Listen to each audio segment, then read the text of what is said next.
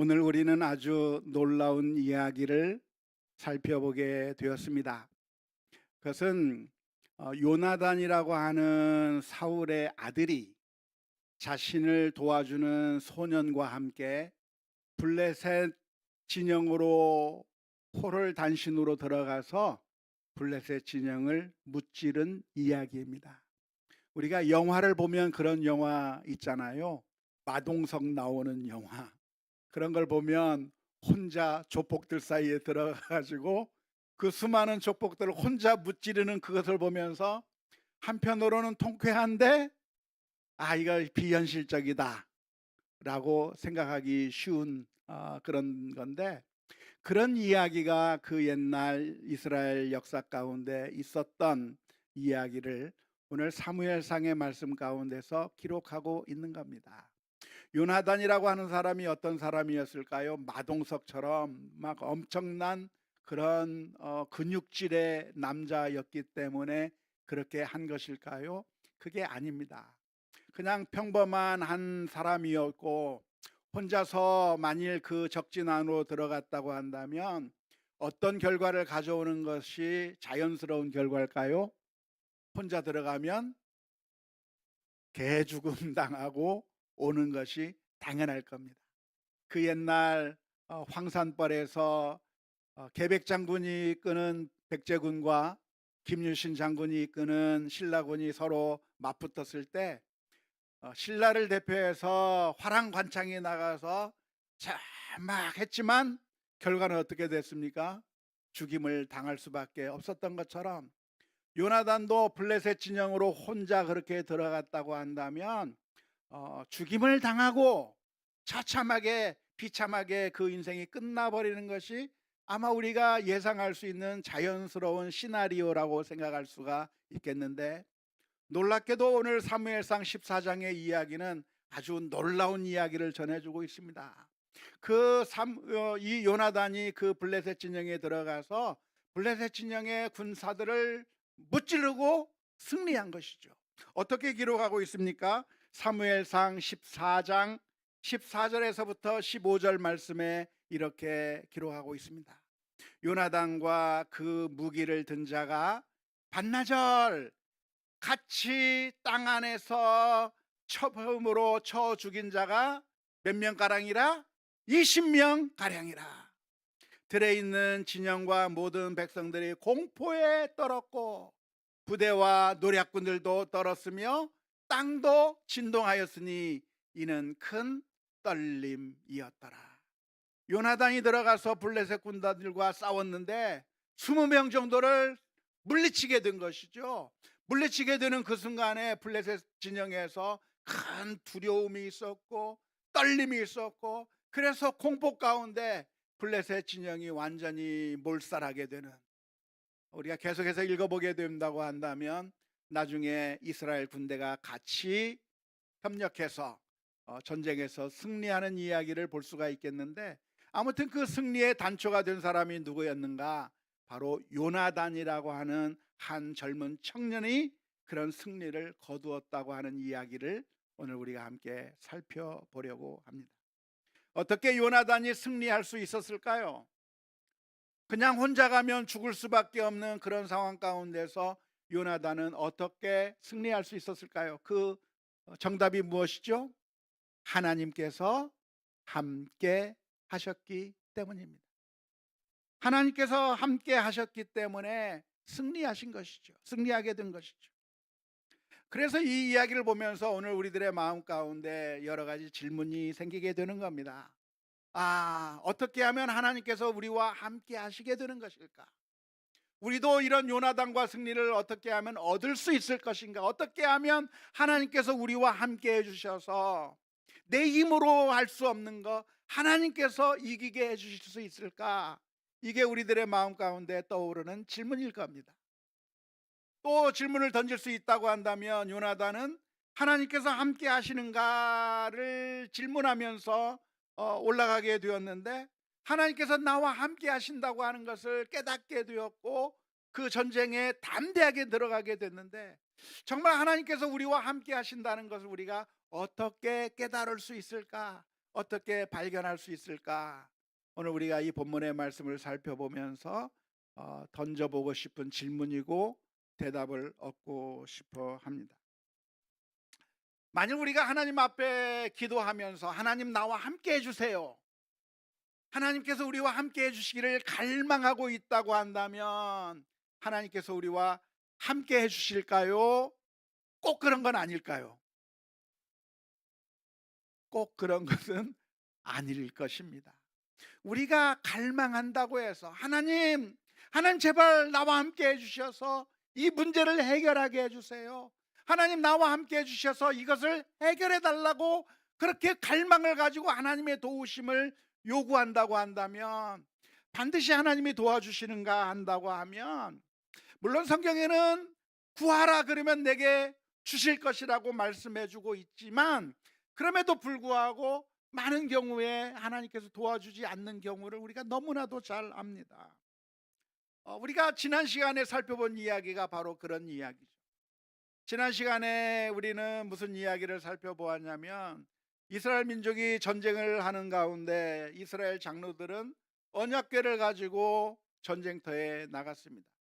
그 전쟁터에 나갈 때 이스라엘 장로들의 마음이 무엇일까요? 하나님 도와주세요, 우리와 함께 해주세요 하는 그런 마음으로 언약궤를 가지고 전쟁터에 가게 되었을 겁니다. 하지만 결과는 무엇이었죠? 하나님께서 도와주셨습니까? 도와주지 않으셨습니까? 도와주지 않으신 것이죠.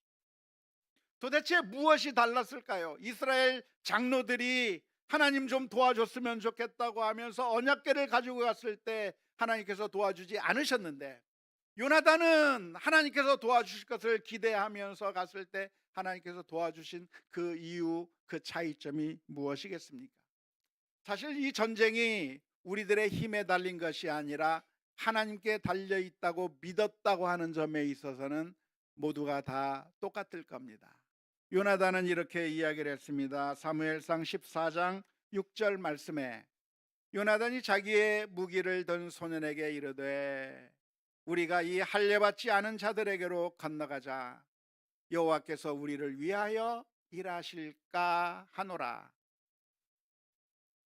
여호와의 구원은 사람이 많고 적음에 달리지 아니하였느니라. 요나단의 믿음이 무엇입니까? 전쟁이 어떻게 우리가 전쟁에서 승리할 수 있는가? 사람이 많아야, 전투력이 강해야 이기는 게 아니라 하나님이 함께 하셔야 이긴다고 하는 것을 요나단이 믿었어요. 그런데 이스라엘 장로들이 믿은 것도 뭡니까? 이 블레셋과의 전투에서 우리의 힘만으로 안 되겠다, 하나님께서 도와주시면 우리가 이길 수 있겠다고 믿었던 것이 이스라엘 장로들의 생각이었어요. 사무엘상 14장 3절 말씀에 이렇게 기록하고 있습니다. 백성이 진영으로 돌아오매 이스라엘 장로들이 이르되 여호와께서 어찌하여 우리에게 오늘 블레셋 사람들 앞에서 패하게 하셨는고, 여호와의 언약궤를 실로에서 우리에게로 가져다가 우리 중에 있게 하여 그것으로 우리를 우리 원수들의 손에서 구원하게 하자 하니.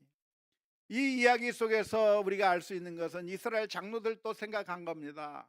전쟁을 어떻게 이기는가? 우리의 힘으로 이기는 게 아니라 하나님께서 도와주셔야, 언약궤를 가져오든 뭘 하든 하나님께서 도와주셔야 우리가 이길 수 있다고 하는 것을 이스라엘 장로들도 생각했어요.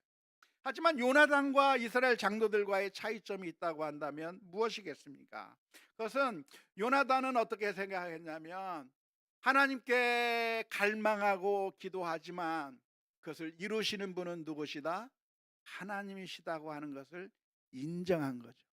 내가 원하는 것을 하나님이 반드시 이기게 해주고 내가 원하는 대로 하나님께서 무조건 따라줘야 된다고 생각한 것이 아니라, 나는 기도하지만, 나는 갈망을 하지만 하나님께서 주실 수도 있고 주시지 않을 수도 있다고 하는 사실을 요나단은 인정했던 것이죠. 사무엘상 14장 9절에서 10절 말씀에 보면 이렇게 기록합니다.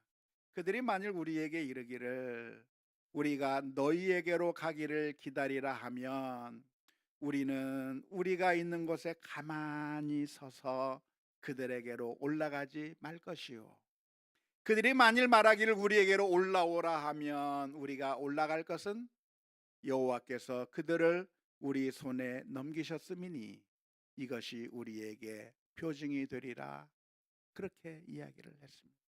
요나단의 말이 무엇이냐면, 자, 우리가 한번 하나님을 의지해서 블레셋과 전쟁을 하러 갈 텐데 하나님께서 우리를 도와주실까 도와주지 않으실까, 그것을 블레셋 사람들의 말을 통해서 한번 확인해 보자는 겁니다. 블레셋 사람들이 기다려 우리가 갈게 하면 하나님께서 도와주시지 않으시는 것이니까 가지 말자, 그냥 여기 있자. 하지만 올라와라 그러면 하나님께서 우리를 도와주신 것이라고 믿고 우리가 올라가자, 하나님께서 함께 하신다면 올라가자 라고 했다고 하는 게, 이게 요나단이 가지고 있었던 마음이죠. 이것은 이스라엘 장로들의 마음과는 완전히 다른 겁니다. 이스라엘 장로들은 뭡니까? 블레셋과의 전쟁을 하면서 언약궤를 가져다 놨어요. 하나님, 우리와 함께 하셔야 되는 겁니다. 우리 말을 들어야 돼요. 우리가 원하는 전쟁에서 이기게 해줘요 하면서 그 하나님의 능력을 가져다가 쓰려고 했던 것이 이스라엘 장로들의 마음이죠. 이게 비슷해 보이지만 엄청난 큰 차이가 있는 겁니다. 그러니까 정확하게 이야기하면 이스라엘 장로들의 마음은 어떤 마음이었는가? 하나님의 능력을 내가 내 마음대로 쓰고 싶은 거예요.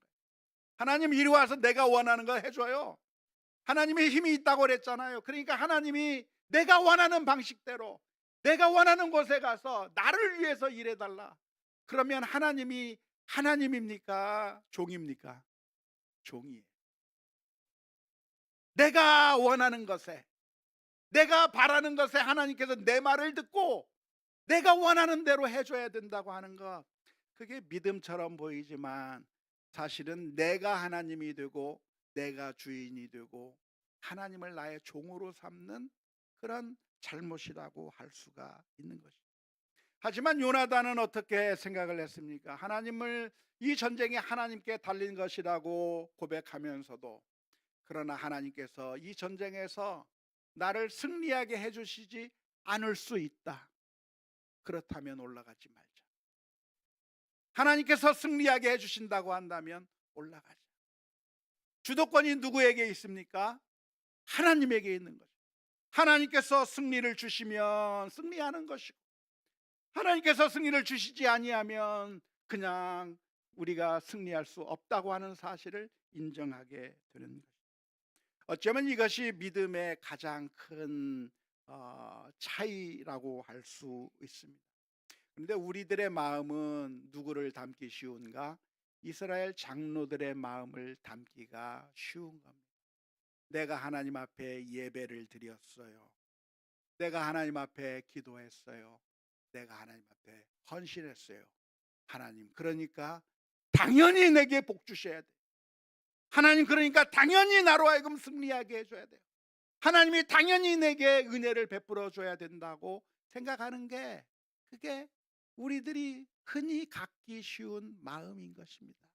그런 마음을 보여주었던 사람이 누구였는가? 가인이었어요.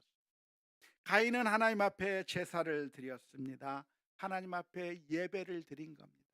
하지만 그 제사를 하나님께서는 연락하지 않으셨습니다. 그럴 때 가인의 마음 가운데 화가 나기 시작했어요. 하나님이 내 제사를 받지 않았다고 울분을 토하는 것이죠. 왜 그렇습니까? 하나님이 내 말을 들어야 되는데 내 말을 안 들은 거예요. 내가 주면 받고 내가 안 주면 안 받고, 내 뜻대로 움직여 줘야 되는데 하나님이 내 뜻대로 움직여 주지 않자 가인의 마음 가운데 화가 나기 시작한 것이죠. 이것이 믿음인가? 믿음이 아니라는 거예요. 이것은 어떤 태도인가? 마치 우리가 식당에 가는 것과 비슷한 태도입니다. 우리가 식당에 가서는 우리가 돈을 지불하고 음식을 사 먹기 때문에 우리가 기대하는 것은 무엇입니까? 내가 낸 돈만큼 거기에 맞는 맛있는 음식을 내와야 하고, 그리고 친절한 서비스를 내와야 하고, 만일 그렇게 안 하게 되면 우리들의 마음 가운데 어떤 마음이 들죠? 화가 나기 시작합니다. 그래서 갑질하는 사람도 생기는 거예요. 내가 이만큼 했는데 왜 너는 이만큼 해주지 않느냐고 화가 나는 것인데, 어쩌면 우리가 신앙생활을 한다고 하면서도 하나님을 보면서 내가 하나님께 예배 드렸어요, 내가 하나님 앞에 헌금도 했어요, 기도도 했어요, 그러면 하나님이 당연히 나에게 축복해 줘야 되는 거 아닌가 라고 생각하기가 쉬워요. 내가 하나님 앞에 기도했으면 하나님 좋은 대학 가게 만들어 줘야지 왜 떨어뜨려요? 내가 이만큼 했으면 하나님 문제를 해결해 줘야 되는데 왜 해결해 주지 않아요? 하나님 내가 병을 위해서 기도했는데 왜 치료해 주지 않는 거요? 하면서 우리들의 마음 가운데 불만이 생길 수가 있는데, 사실은 이것이 믿음처럼 보이지만 사실은 믿음이 아니라 하나님을 내 종처럼 부려먹고 싶은 우리들의 잘못된 마음이라고 하는 것을 이해해야 할 것입니다.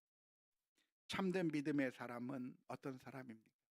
욥은 참된 믿음을 가졌어요.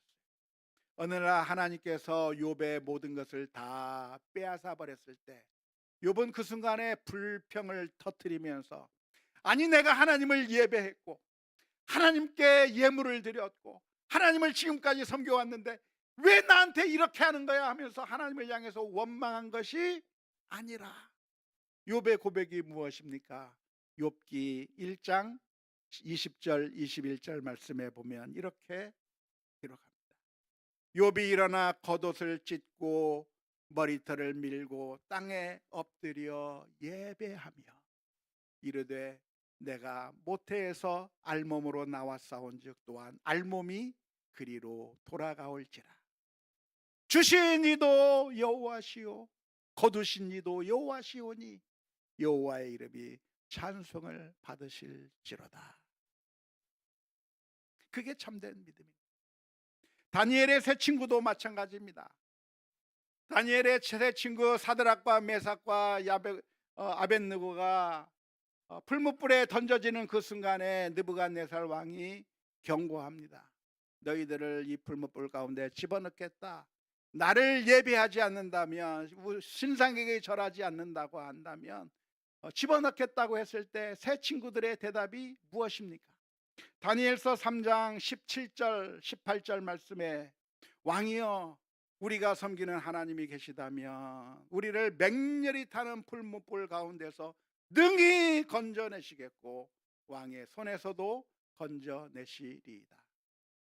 하지만 그렇게 하지 아니하실지라도 왕이여 우리가 왕의 신들을 섬기지도 아니하고 왕이 세우신 금심상에게 절하지도 아니할 줄을 아옵소서. 새 친구들의 믿음이 무엇입니까? 하나님이 능력이 있어서 구해 주실 수 있는 그런 능력이 있지만, 그러니까 우리가 믿음을 지켰으니까 당연히 건져줘야 돼, 하나님이 우리들의 말을 들어줘야 돼가 아니라 한 모든 주권이 하나님께 달렸으니 하나님께서 구해 주셔도 감사, 구해 주지 않으셔도 감사, 어떤 상황에 있든지 감사의 삶을 살겠다고 하는 것이 다니엘의 세 친구들의 믿음이었던 줄로 믿습니다. 오늘 우리가 이 말씀을 보면서 요나단은 하나님의 뜻이 무엇인가를 알려고 했어요. 블레셋과의 전투를 하면서 하나님 내가 무조건 가서 싸울 테니까 무조건 이기게 해주세요 하면서 밀어붙인 것이 아니라 하나님의 뜻이 어디에 있을까, 하나님께서 우리를 도와주실까 도와주시지 않을까를 생각하면서, 그러면서 블레셋 민족에게 나아가기 시작했는데 하나님의 뜻을 알아보기 위해서 한 가지 생각을 한 거예요. 만일 그 블레셋 사람들이 우리에게 뭐라고 얘기하는가를 잘 들어보자. 가만히 있어 우리가 갈게 기다려 하면 하나님께서 우리를 도와주시지 않는다고 생각하고 가지 말자. 하지만 올라와라 그러면 하나님께서 우리를 도와주신 걸로 생각하고 그러면 올라가자라고 이야기를 했는데, 오늘 우리들도 이런 식으로 생각해서 하나님의 뜻을 발견할 수 있을까요? 없을까요? 그렇게 하는 게 좋을까요? 좋지 않을까요? 정답은 yes and no라고 할 수가 있겠습니다. 사실 우리가 하나님의 뜻을 발견하는 것이 정말 중요한데요, 정말 하나님께서 나와 함께 하실까? 이 일을 할 때 하나님께서 기뻐하실까? 이 일을 하는데 하나님께서 나와 함께 하실까를 질문해 보는 것은 아주 중요합니다. 우리들 가운데 일어나는 모든 일들을 보면서 하나님께서 우리의 길을 인도하실지, 우리의 길을 인도하시지 않고 기뻐하시지 않는 것인지를 분별해야 되는데요. 우리들의 삶에서도 늘 이런 판단들이 필요합니다. 이렇게 요나단이 전쟁과 같은 그런 큰 일을 앞에 두고서만이 아니라 사실은 우리들의 작은 일들 중에서도 하나님께서 기뻐하시는 일일까, 우리와 함께 하시는 일일까를 늘 질문을 던져야 되는데요. 바울 사도는 그것을 어떻게 결정했냐면 하나님께서 이 일들을 어떻게 만들어 나가시는가를 살펴보았습니다. 그런데 하나님께서 자꾸만 이런 일도 막히게 만들고 저런 일도 막히게 만들고 하는 것들을 보면서 바울 사도의 마음 가운데 이것을 하나님께서 허락하지 아니하시는구나 라고 결론을 내렸어요. 사도행전 16장 6절에서 7절 말씀에 그렇게 되어 있는 거죠. 성령이 아시아에서 말씀을 전하지 못하게 하시거늘. 성경에 나오는 이 아시아라고 하는 말은 지금의 튀르키예 지방을 이야기하는 겁니다.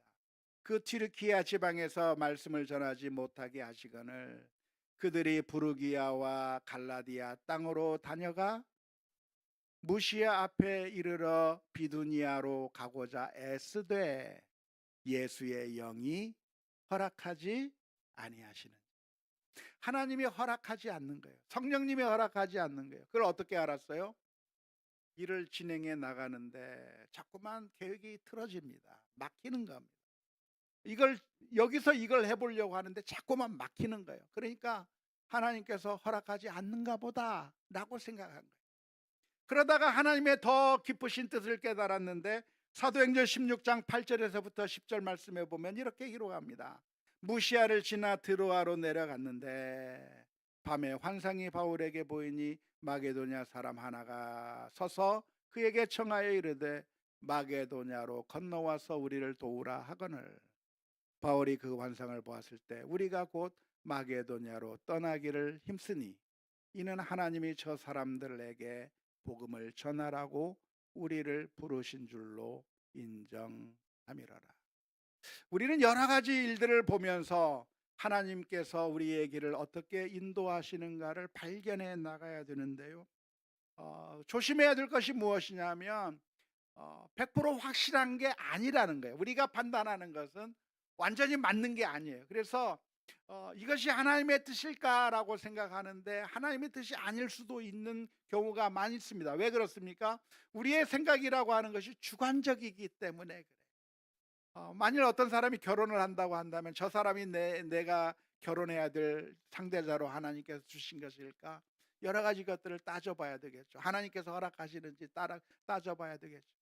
하지만 우리들의 마음 가운데 우리가 우리의 욕심을 하나님의 뜻으로 착각하는 경우가 많기 때문에 결론을 쉽게 내리지 말고 너무 속단하지 말고 하나님께서 나에게 이런 길을 인도해 주시는지 진지하게 또 묻고 또 물어보면서 하나님의 뜻에 순종하며 나아가는 우리 모두가 되어야 될 줄로 믿습니다.